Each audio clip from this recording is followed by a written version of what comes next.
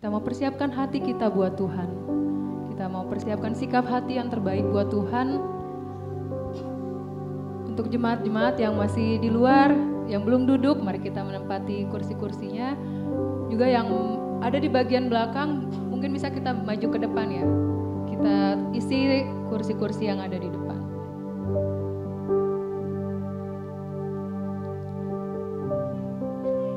Yuk, di depan masih kosong nih.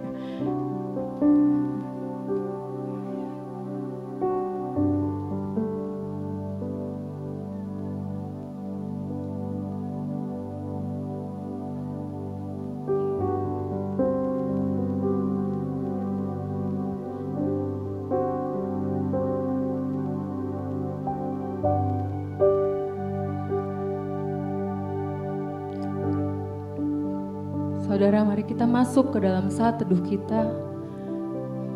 Mari kita berdoa buat Tuhan, berdoa kepada Tuhan. Tuhan menolong kita untuk bisa masuk ke dalam penyembahan kita hari ini kepada Tuhan. Biar Tuhan memfokuskan hati kita untuk datang kepada Tuhan, untuk memuliakan nama Tuhan.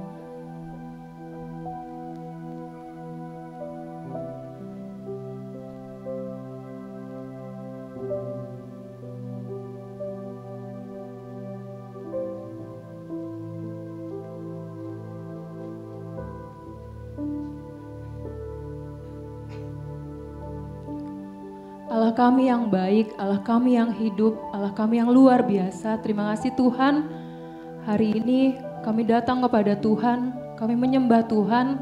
Biar Tuhan memberkati ibadah pada hari ini, dalam puji-pujian kami, dalam kami mendengarkan firman Tuhan, dalam kami bersekutu, berfellowship bersama dengan saudara-saudara kami yang lain Tuhan. Biar semuanya membawa kemuliaan bagi nama Tuhan. Kami berdoa Bapa untuk firman Tuhan yang akan kami dengar, biar boleh tertanam dalam hati kami Bapa, dan kami melakukannya dalam kehidupan kami hari lepas hari Tuhan. Terima kasih Bapa, tolong berkati ibadah kami pada pagi hari ini, hanya di dalam nama Tuhan Yesus Kristus, haleluya, amin. Shalom saudara-saudara semua. Shalom. Shalom, selamat hari Minggu. Selamat hari Minggu, selamat beribadah dan selamat bersuka cita dalam puji-pujian kita hari ini. Ya, saudara, mari kita bangkit berdiri. Kita mau puji-puji nama Tuhan kita bersama-sama. Kita boleh yuk tos kanan kiri kita katakan Tuhan Yesus baik, God is good. Mari bersuka cita hari ini. Katakan afirmasi-afirmasi yang memberkati buat saudara-saudara kita.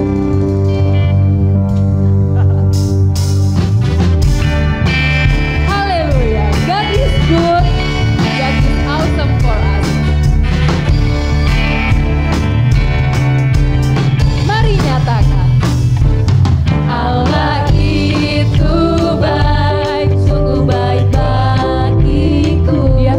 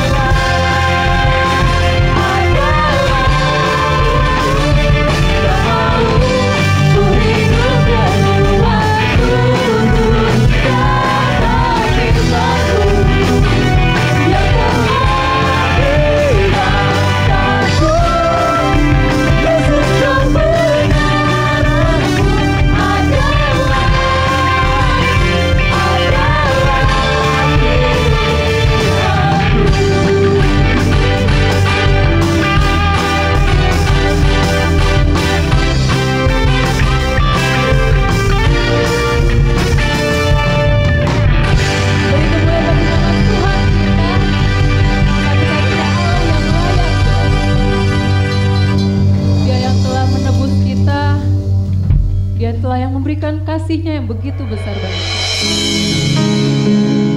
Dia yang satu-satunya pribadi yang layak terima puji-pujian kita, terima penyembahan kita. Bahkan saudara, terima seluruh hidup kita.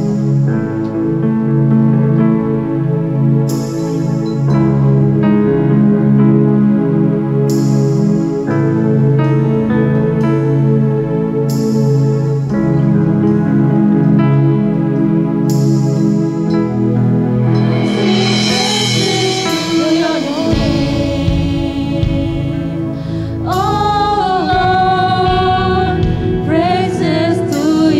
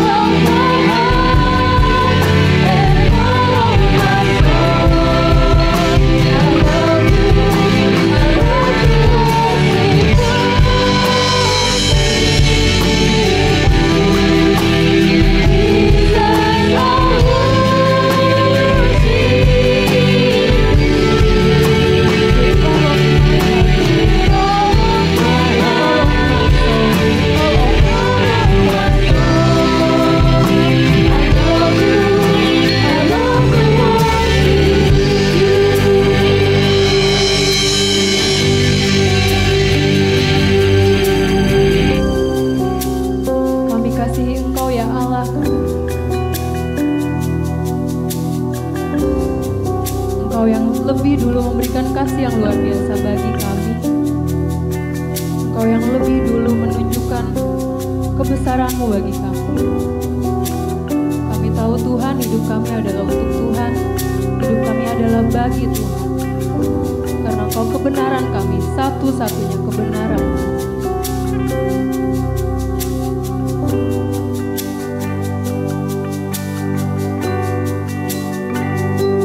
Yesus, Kau kebenaran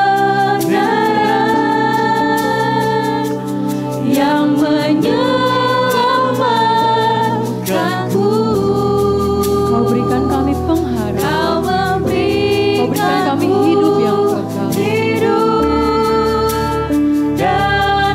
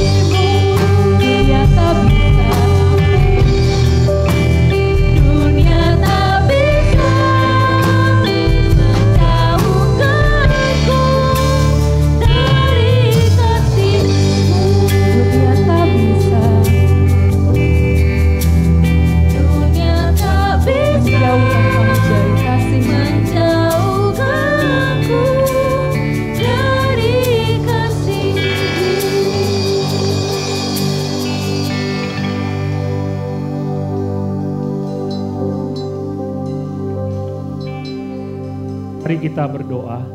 Silakan saudara berdoa kepada Tuhan. Lagu tadi mengatakan, kalau ku hidup hanya bagi Engkau saja. Nyatakan itu kepada Tuhanmu.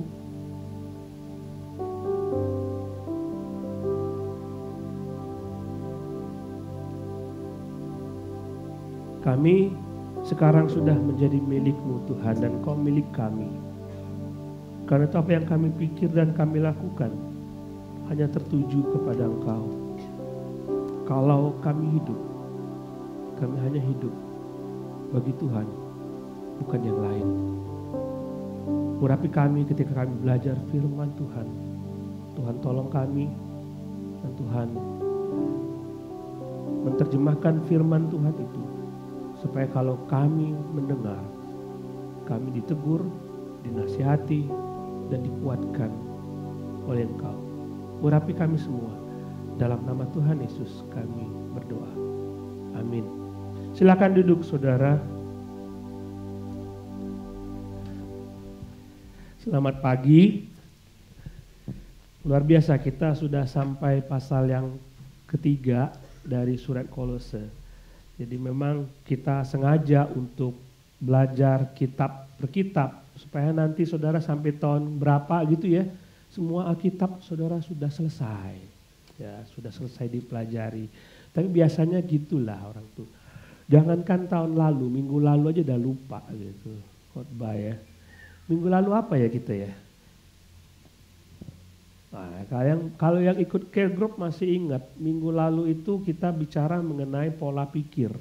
Pola pikir kita berubah, dan kali ini pola tindak kita, perilaku kita harus berubah kepada Tuhan.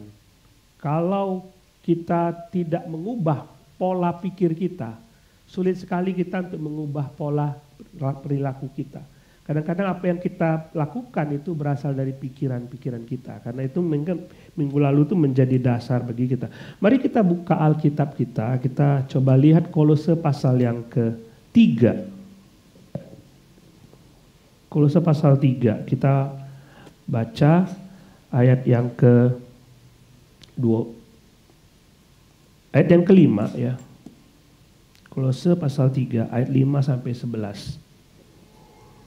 Saya akan baca ayat yang ganjil, saudara membaca ayat yang genap. Kolose pasal 3, makin kecil ya, makin kecil. Nanti minggu depan lebih kecil lagi, supaya saudara bawa ini. Yang belum punya Alkitab dan sukar untuk mendapatkan Alkitab, beritahu saya. Kolose pasal 3, 5 sampai 11. Karena itu matikanlah dalam dirimu segala sesuatu yang duniawi, yaitu percabulan, kenajisan, hawa nafsu, nafsu jahat, dan juga keserakahan yang sama dengan penyembahan berhala.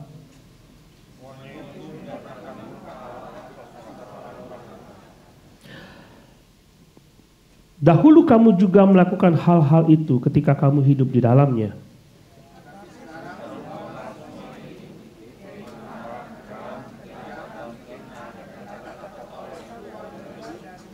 Jangan lagi kamu saling mendustai, karena kamu telah meninggalkan manusia lama serta kelakuannya.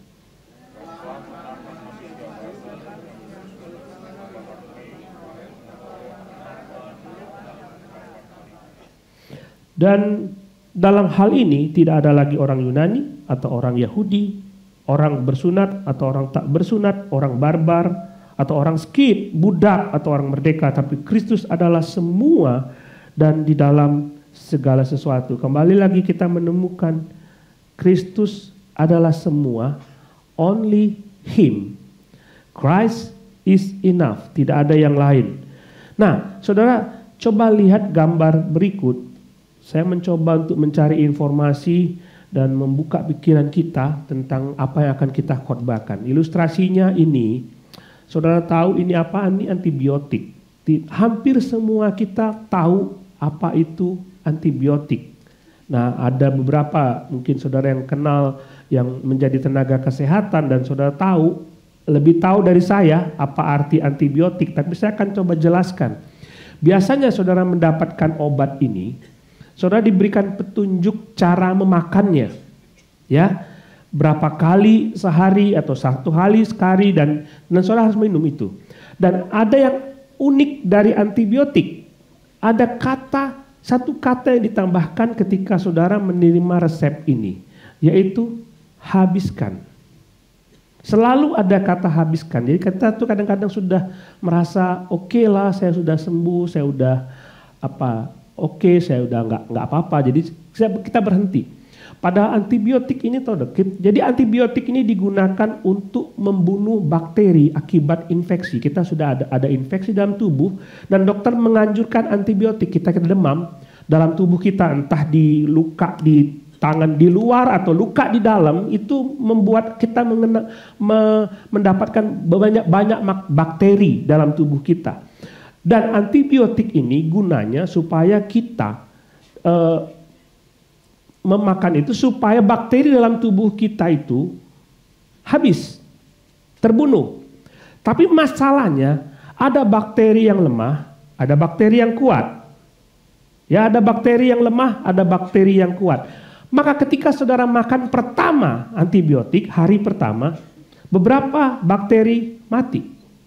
Tapi ada bakteri lain yang bisa bertahan. Makanya dokter mengatakan, makanlah antibiotik di hari kedua.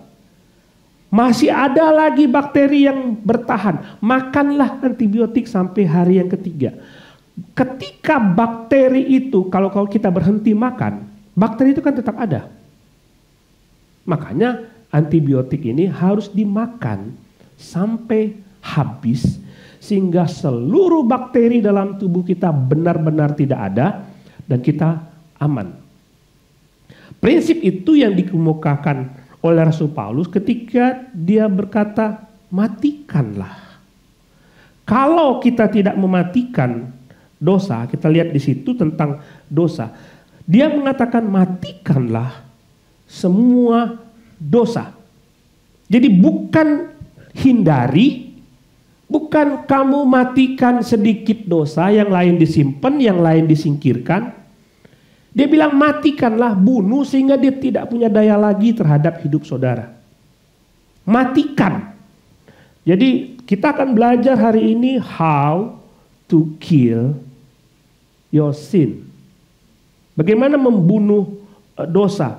Karena kalau kita lihat disebutkan di sini, matikanlah, itu harus tuntas dan matikan, seperti kita minum antibiotik. Tiap hari itu antibiotik harus diminum. Artinya tiap hari kita harus membunuh dosa kita. Kalau kita ngomong kita membunuh dosa kita, itu bukan berarti supaya kita mendapatkan kelahiran baru. Kemarin saya bicara dengan teman-temannya Bu Yani tentang bagaimana kita dibenarkan. Saya mengatakan kita itu dilahirkan kembali, bukan supaya kita mendapat pembenaran di hadapan Tuhan. Jadi bukan, kalau kita dilahirkan kembali bukan karena kita menghindari dosa, bukan karena kita menghindari dosa. Tapi kita menghindari dosa karena kita sudah dilahirkan kembali. Jadi membunuh dosa bukanlah membunuh dosa adalah efek dari kelahiran baru. Jangan terbalik. Bukan upaya untuk lahir baru. Ini ya. Jadi saudara sudah lahir baru, maka efeknya adalah saudara berusaha untuk membunuh dosa itu. Lihat dalam pasal 2. Yesus mengatakan, Paulus mengatakan, kamu sudah lahir baru, maka seharusnya hidupmu hanya diserahkan kepada Tuhan. Kalau saudara sudah lahir baru, pasal 1, pasal 3, 1 sampai 3, pola pikirnya berubah. Itu hanya bisa dilakukan kalau orang sudah lahir baru.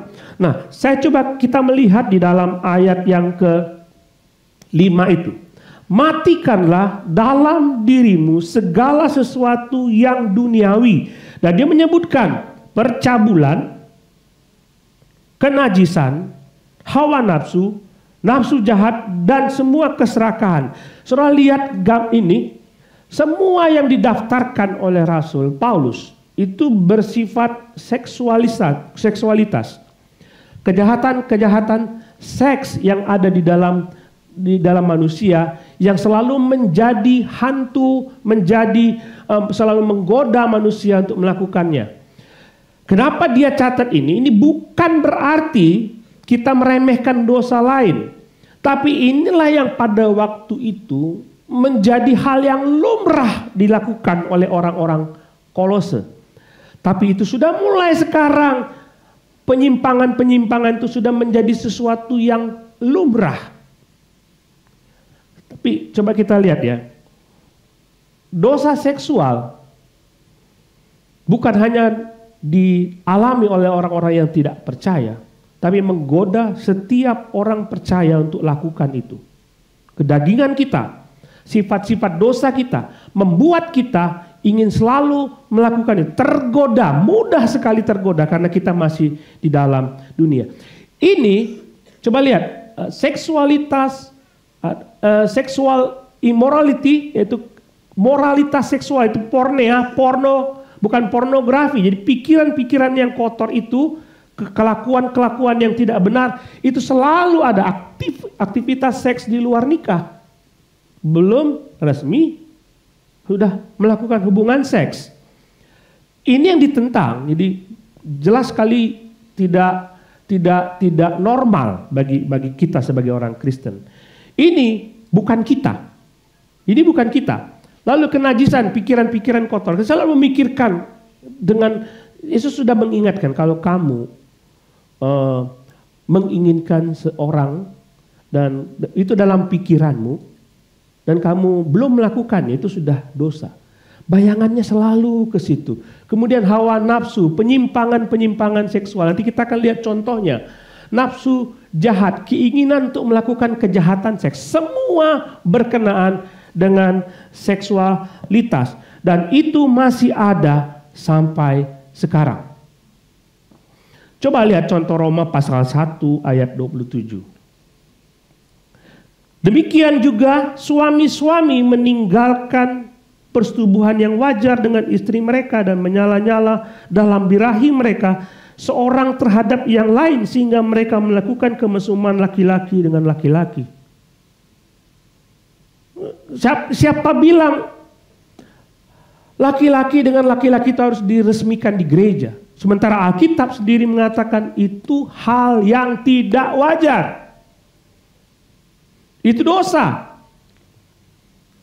Kita nggak bicara mengenai humanisme, tapi Alkitab sendiri mengatakan itu dosa.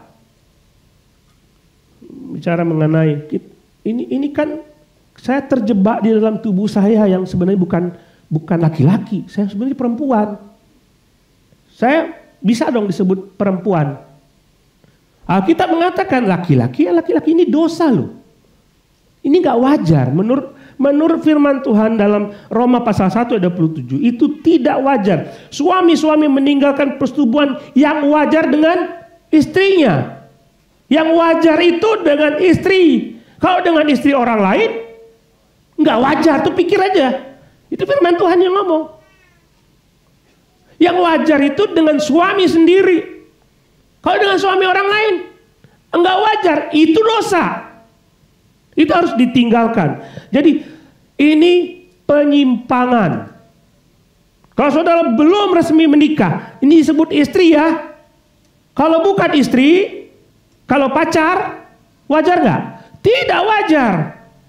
Yang resmi itu kalau dengan istri atau dengan suami. Jadi hati-hati, kita mencoba untuk taat dengan firman Tuhan. Tadi saudara lagu tadi, tak mau kompromi.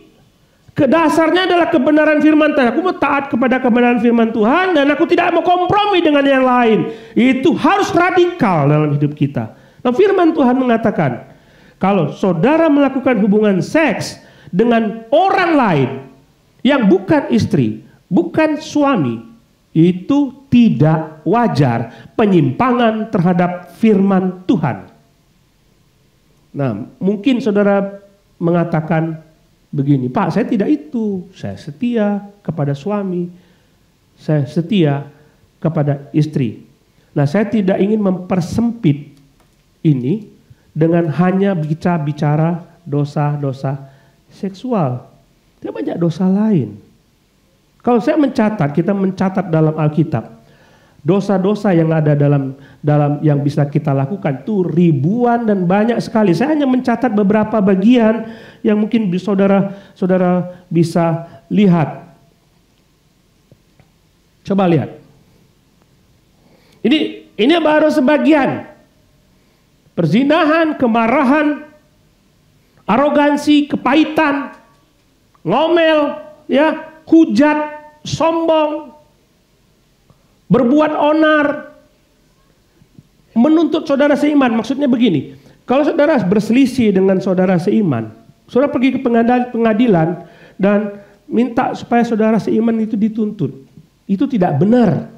Firman Tuhan, bagaimana kau bisa mencari keadilan di luar, sementara kebenaran Tuhan ada di dalam? Itu dosa.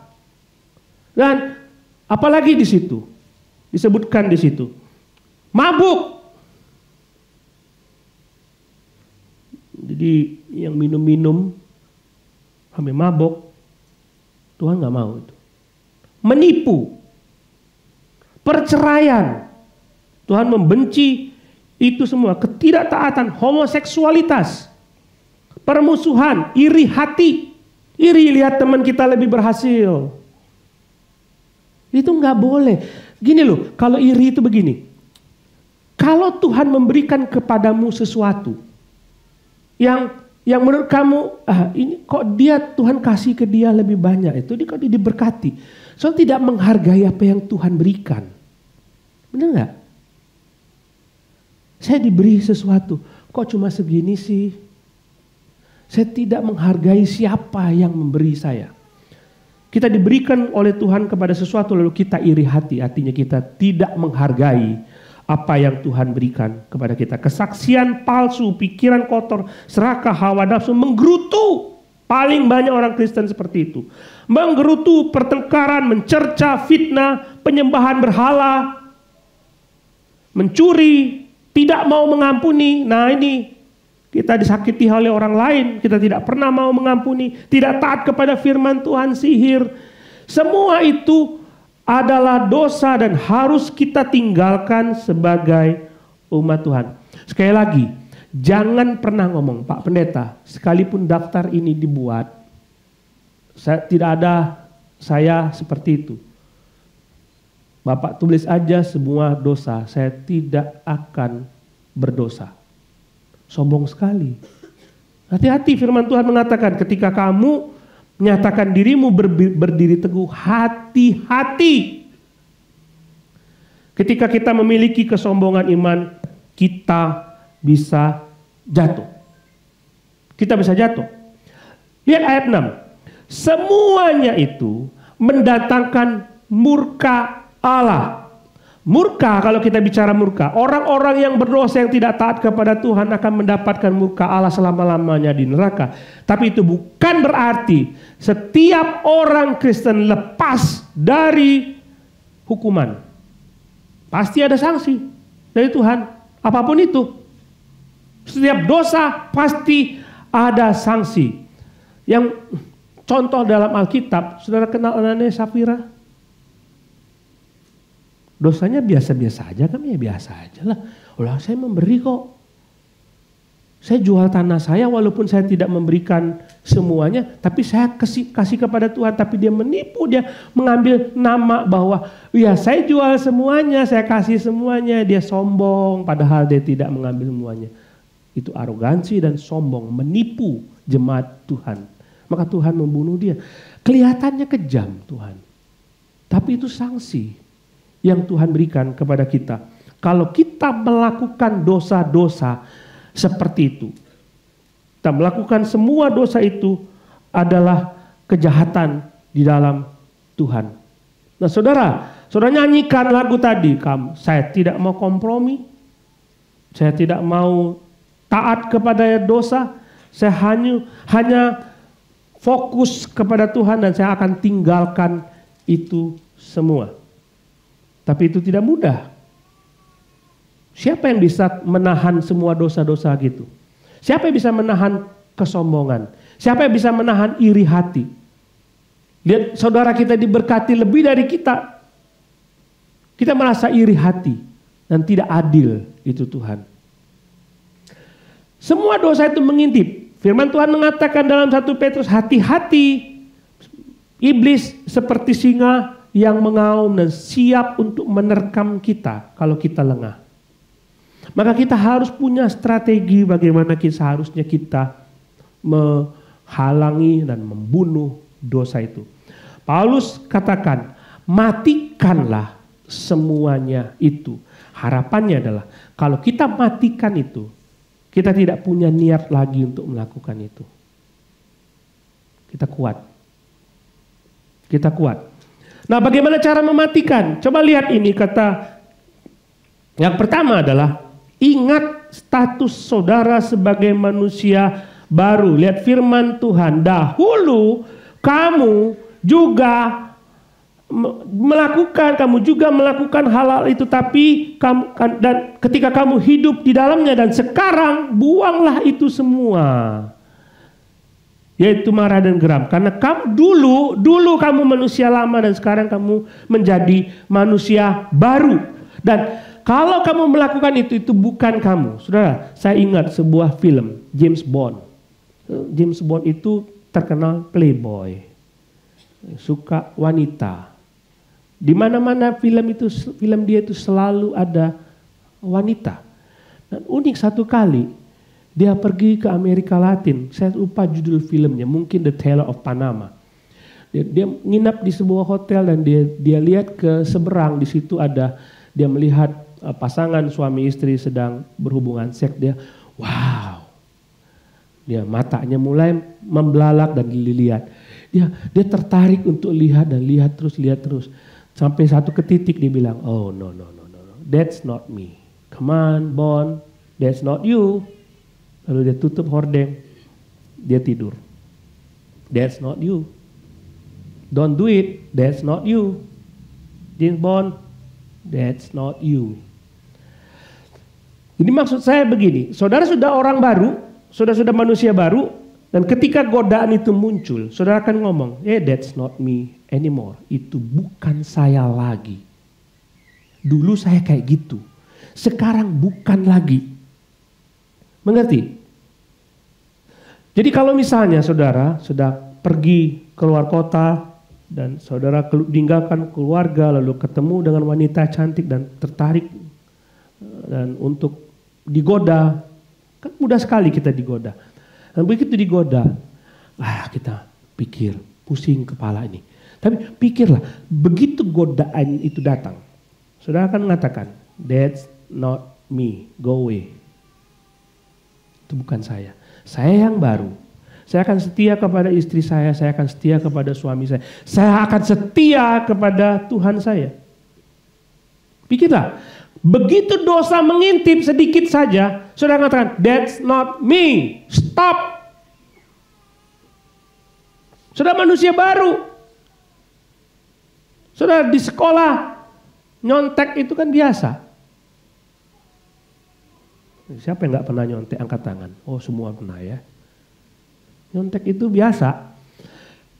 Tapi kalau saudara sekolah, teman-teman nyontek, bilang, that's not me anymore. I'm a new life in Christ.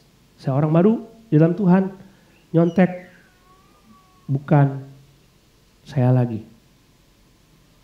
Saudara lagi pacaran dan tergoda untuk hasrat seksual, bilang, that's not me. Itu bukan saya. Saudara tergoda untuk sombong, bilang saja, itu bukan saya lagi. Saya tidak boleh. Saudara tertarik, tergoda untuk membenci saudara seiman kita, bilang, itu bukan saya lagi. Saya harus mengasihi teman saya seiman. Bunuh dengan seperti itu. Ingat status kita sebagai manusia baru. Itu bukan saya. Nanti ya. Jadi ingat-ingat sekali, saya akan ngomong berulang-ulang. Begitu dosa mengintip dan saudara sudah terpikir untuk melakukannya, ingat saja kata-kata ini. Itu bukan saya. Saya yang sebenarnya adalah saya yang taat kepada firman Tuhan. Saudara tergoda untuk marah. Itu bukan saya. Saya yang sebenarnya adalah saya mengasihi orang lain. Saudara malas untuk dapat beribadah kepada Tuhan. Saya bilang, itu bukan saya. Saya dulu tidak suka ibadah. Sekarang saya mau beribadah kepada Tuhan. Itu saja. Dia coba diingat-ingat. Itu bukan saya kalau ada godaan seperti itu. Ini supaya saudara bawa pulang. Saudara tergoda untuk marah kepada orang lain. That's not me anymore.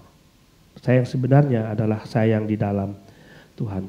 Yang kedua, jangan memberi kesempatan kepada dosa. Kita suka main-main dengan dosa. Kita suka sekali untuk melakukan dosa dan kita mau saja untuk dapat melakukan dan tergoda untuk main-mainlah, sedikit-sedikitlah, ya, sedikit-sedikitlah untuk melakukan dosa. Firman Tuhan mengatakan jangan memberi kesempatan kepada dosa. Jangan beri kesempatan. Saya ingat sekali ada sebuah film, ini film lagi, ini film rohani. Film rohani seorang suami, dia terpengaruh, dia addicted terhadap pornografi. Dia teraddicted dengan pornografi, lalu setiap kali buka komputer pasti muncul itu. Di Indonesia kan sudah mulai di-cut. Nggak boleh lagi ke situ. Kalau sudah membuka situs porno, di Indonesia tidak ada lagi. Tapi manusia itu pinter. Dia pasang VPN. Jadi VPN virtual apa itu? IP-nya divirtualkan. Jadi seolah-olah bukan dari Indonesia, dari negara lain. Nah, ini bisa buka, saudara. Nah, saya tidak ngajar ya, jangan install seperti itu. Tetapi dia mencoba untuk lihat ini film bagus, ini film bagus, film bagus. Ini yang saya mau. Pikirannya selalu ke situ, dan itu merusak keluarganya. Apa yang dia lakukan? Langkah ekstrim yang dia lakukan adalah dia ambil komputernya, dia bawa keluar, dia pukul komputernya, dia hancurkan komputernya. Langkah ekstrim. Jangan beri kesempatan apapun. Saudara, kita semua tahu kelemahan kita dan di mana kita jatuh, kita tahu itu. Di mana sering kita jatuh, kita tahu itu. Jangan pernah ke situ kalau sering jatuh di situ. Ngerti maksudnya? Kalau saudara sering jatuh dengan dosa kayak gitu, jangan. Saya sering jatuh dengan dosa perempuan. Maka saya tidak akan pergi cari ke mall, lihat perempuan itu bagus, ini cantik. Udah lebih sering sama istri saja. Jangan pernah beri kesempatan kalau memang itu kelemahanmu. Ya, di kantor misalnya saudara, bersama dengan orang-orang lain, lalu ada kesempatan berdua saja sama seorang wanita. Kalau itu kelemahan, segera keluar. Jangan beri kesempatan sedikit pun kepada iblis.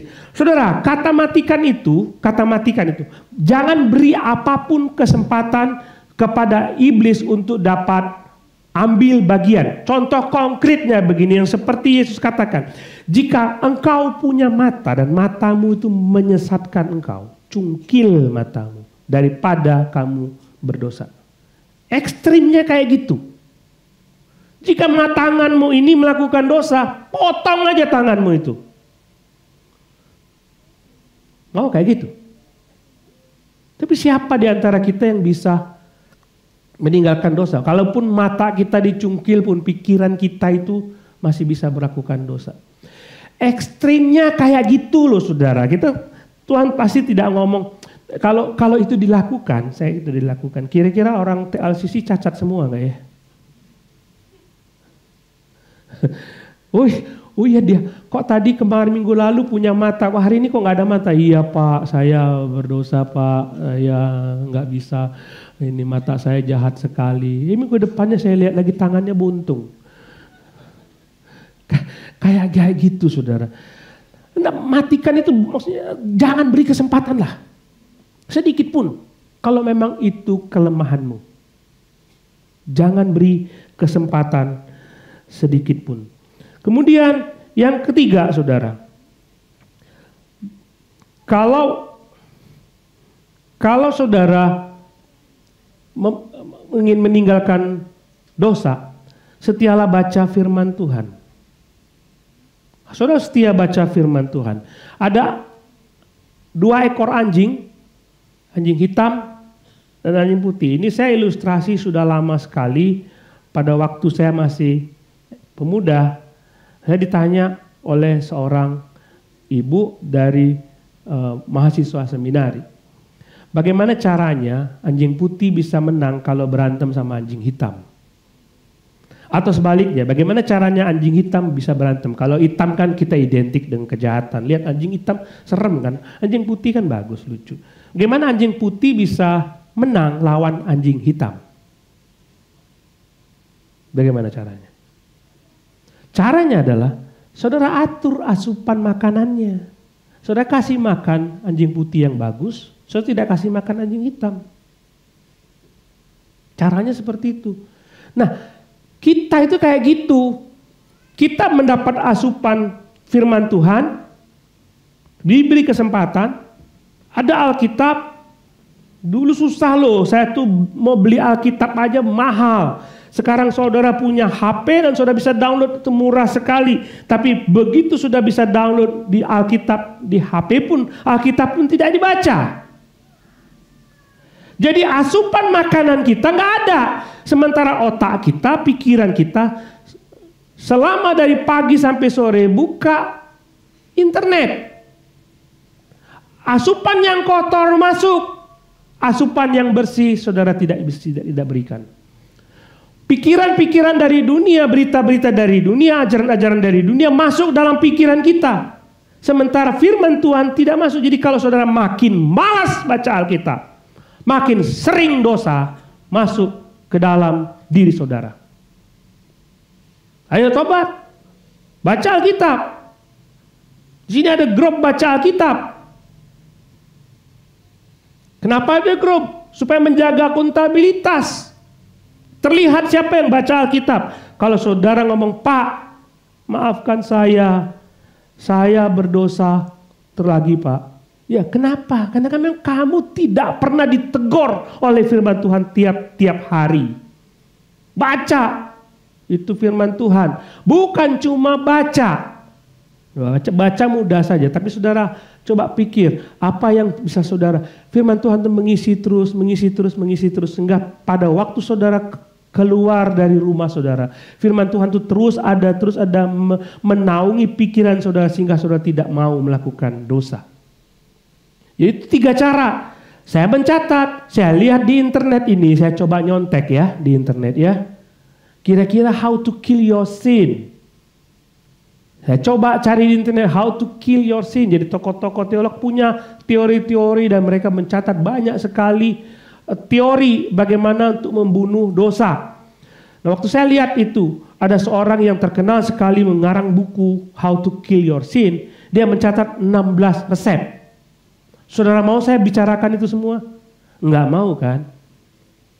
Ya kan? Tapi ini dulu deh 3. Di antara yang saudara berdoa enggak setiap hari? Saudara baca Alkitab enggak setiap hari? Saudara bersekutu enggak setiap hari? Saudara ikut care group enggak?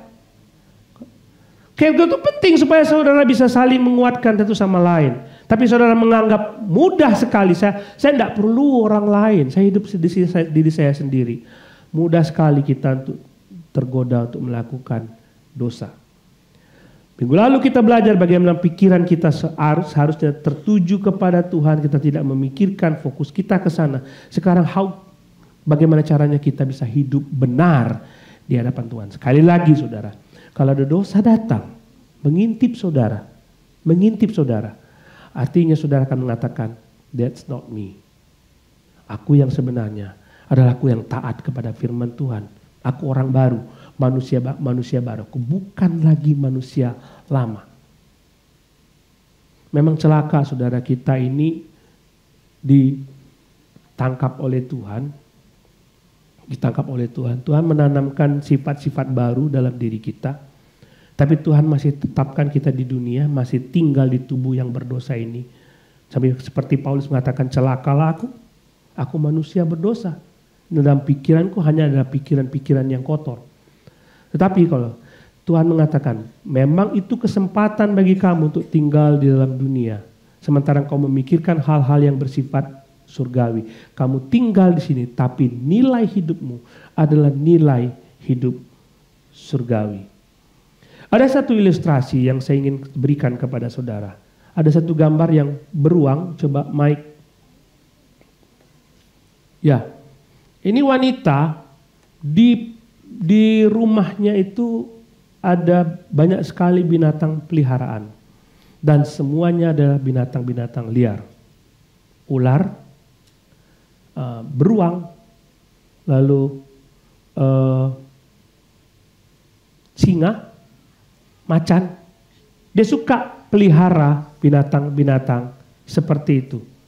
Ada wanita ini pelihara beruang hitam, sebuah beruang yang ganas sekali. Dan ketika dia kasih makan beruang itu, dia diterkam oleh beruang itu. Beruang, binatang liar, tetap liar. Saudara mau menjinakkan dia, mencoba untuk menjinakkan dia, dia tetap binatang liar. Dan satu saat akan berbalik menyerang saudara.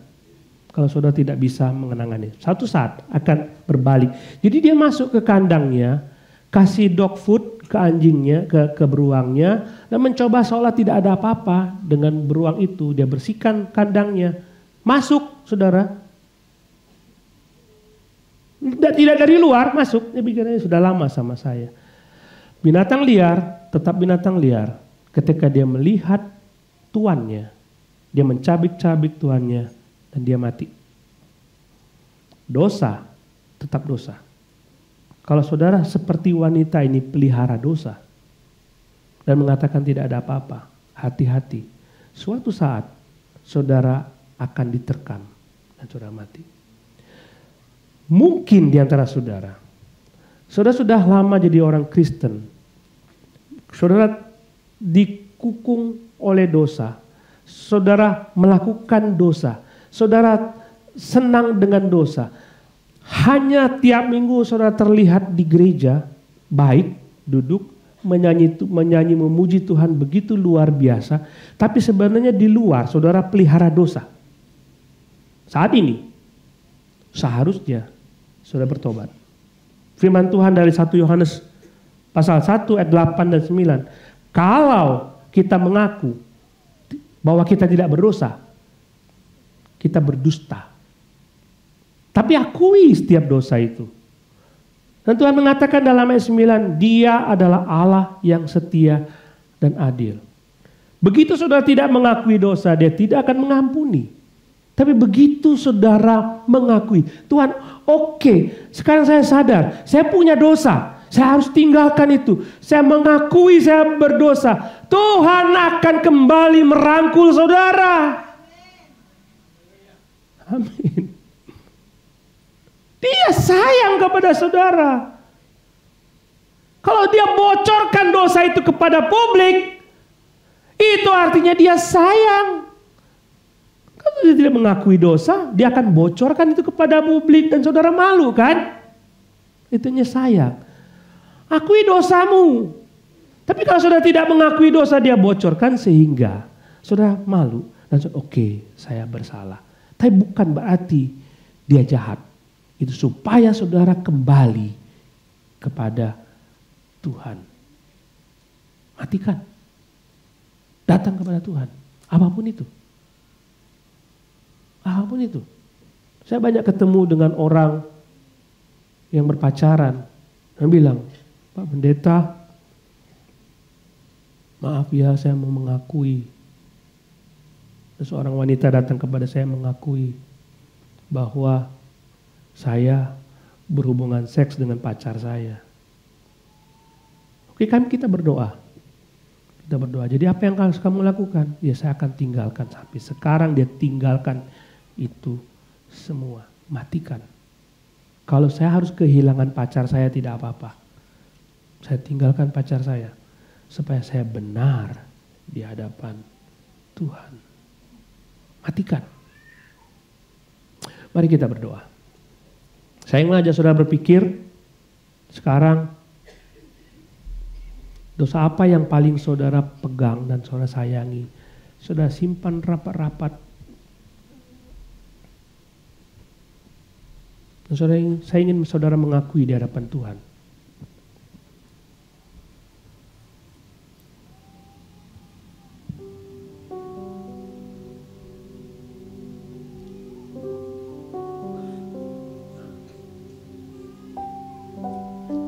Aku itu. Firman Tuhan mengatakan Dia adalah setia dan adil, dan Dia akan mengampuni engkau dari setiap dosamu. Aku itu.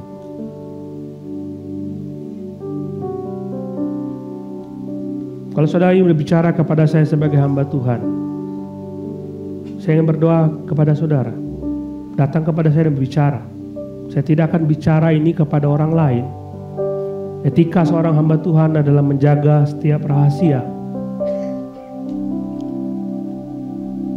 Kedua, kalau saudara ingin meninggalkan dosa, tapi saudara belum terima Yesus Kristus sebagai Tuhan dan Juru Selamat, itu mustahil terjadi. Saudara harus terima Yesus dulu. Dia perbaru hidupmu, baru saudara bisa meninggalkan dosa. Jadi kalau saudara ingin meninggalkan dosa, ingin kembali kepada Tuhan, akui dulu Yesus. Jadi saya ingin mengajak saudara, kalau saudara belum menerima Yesus Kristus sebagai Tuhan dan Juru Selamat, saudara berdiri atau acungkan tanganmu supaya saya berdoa kepada saudara. Kalau saudara mau terima Yesus Kristus sebagai Tuhan dan Juru Selamat saat ini, dan mau dibaptiskan di dalam nama Bapa, Anak, dan Roh Kudus, silakan berdiri. Ada?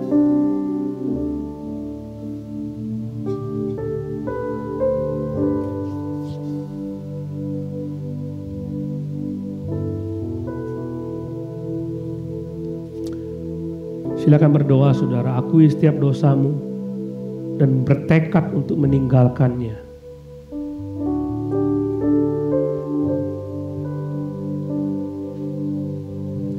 Bapa di surga, terima kasih untuk firman Tuhan. Tolonglah kami. Kami penuh dengan kelemahan. Seringkali kami jatuh Tuhan. Kami punya keinginan untuk dapat setia seterusnya kepada Tuhan. Tapi kami penuh dengan kelemahan. Tolonglah kami Bapa. Ampuni kami, supaya kami meninggalkan dosa-dosa kami. Terima kasih Bapa. Dalam nama Tuhan Yesus. Amin.